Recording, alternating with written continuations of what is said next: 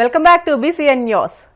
YCP అధినేత మాజీ ముఖ్యమంత్రి వైఎస్ జగన్మోహన్ రెడ్డి 3 రోజుల పర్యటన నిమిత్తం కడప జిల్లాకు చేరుకున్నారు.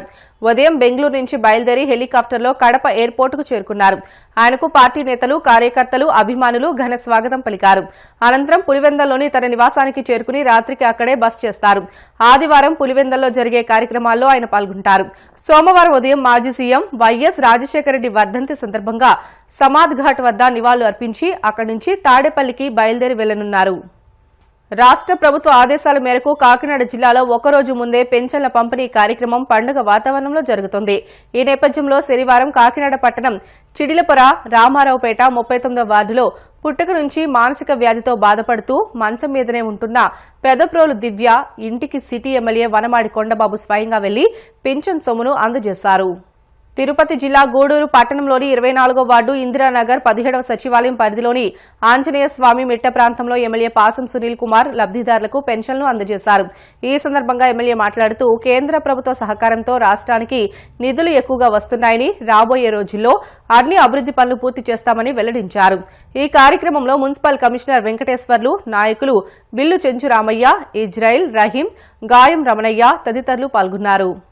ముఖ్యమంత్రి నారా చంద్రబాబు నాయుడు గారు ఇచ్చిన మాట ప్రకారం అందరికి కూడా 3,000 నుంచి 1,000 రూపాయలు పెన్షన్ పెంచడం, అలాగే మొదటి నెల 7,000 రూపాయలు ఇవ్వడం, ఖచ్చితంగా ప్రజాప్రతినిధులు వెళ్ళి ఇంటింటికి వెళ్ళి పెన్షన్లు పంచాలని చెప్పి బాబు గారు ఆదేశాలు ఇవ్వడం, ఆదేశాలను అనుసరించి ఈరోజు గూడూరు నియోజకవర్గంలో ప్రతి గ్రామాల్లో తెలుగుదేశం పార్టీ నాయకులు, కార్యకర్తలు, అధికారులతో కలిసి ఈ యొక్క పెన్షన్ల పంపిణీ కార్యక్రమంలో పాల్గొంటున్నందుకు అందరూ కూడా ధన్యవాదాలు తెలియజేస్తున్నాం. ఆల్రెడీ రేపు ఆదివారం కాబట్టి ముందుగానే మాట ప్రకారం అంటే 1వ తేదీ ఇస్తున్నాడు కాబట్టి ఈ నెల 31వ తేదీ ఈ యొక్క పెన్షన్ ఇచ్చే కార్యక్రమాన్ని ఆయన ఇచ్చారని చెప్పి నేను తెలియజేస్తున్నాను. అట్లాగే సోదరుడు చంద్రబాబు చెప్పినట్టు మా పోయినసారి అందరూ కూడా జనాలు జగన్ గారి మాటలు నమ్మి మోసపోయారు.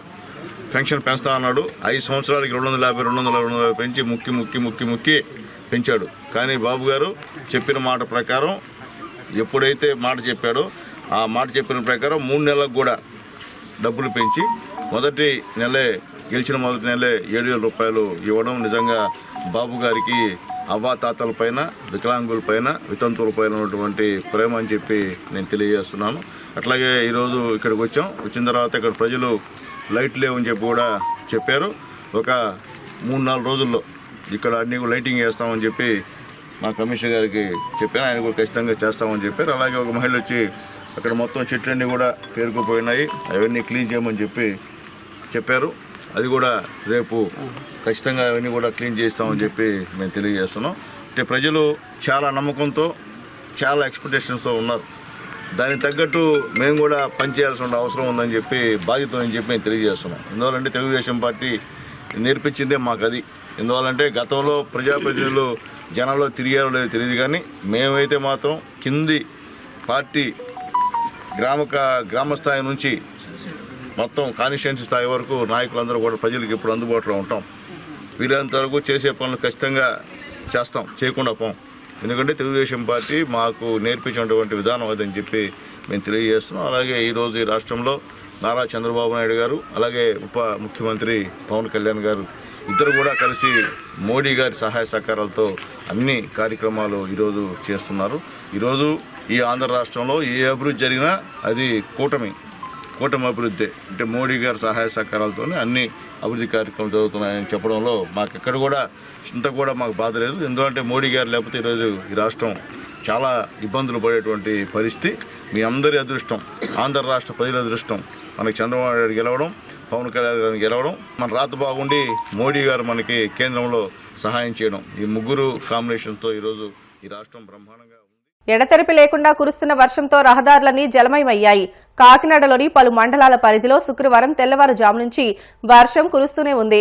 విరామం లేకుండా వర్షం పడుతుండటంతో నగరంలో పలు రోడ్లు జలమయమయ్యాయి. రోడ్లపై నీరు నిలిచిపోవడంతో వాహనదారులు ఇబ్బందులకు గురవుతున్నారు.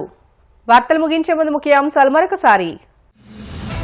నెల్లూరులో లబ్దిదారులకు పెన్షన్లు పంపిణీ చేసిన మంత్రి నారాయణ, రాష్ట్ర అభివృద్ధి, ప్రజా సంక్షేమమే ధ్యేయంగా కూటమి ప్రభుత్వం ముందుకు వెళ్తుందని స్పష్టం.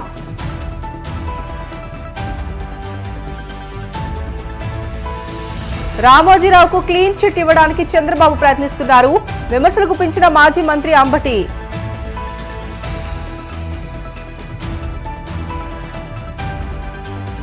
పెదమీరం ఎస్సీ కాలనీలో పెన్షన్ల పంపిణీ కార్యక్రమం. లబ్ధిదారులకు స్వయంగా పెన్షన్ సొమ్ము అందజేసిన పశ్చిమ గోదావరి జిల్లా కలెక్టర్ నాగరాణి.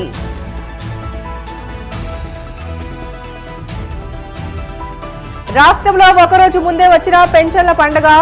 ఉంగుటూరు మండలం నీలాద్రిపురం గ్రామంలో లబ్ధిదారులకు పెన్షన్లు పంపిణీ చేసిన ఎమ్మెల్యే ధర్మరాజు. ఇవి ఇప్పటివరకు బులెటిన్లోని అప్డేట్స్. మరిన్ని వార్తల కోసం BCN digital YouTube channel, Facebook పేజీని ఫాలో అవ్వండి. అప్డేట్ వార్తల కోసం ప్లీజ్ డూ సబ్స్క్రైబ్.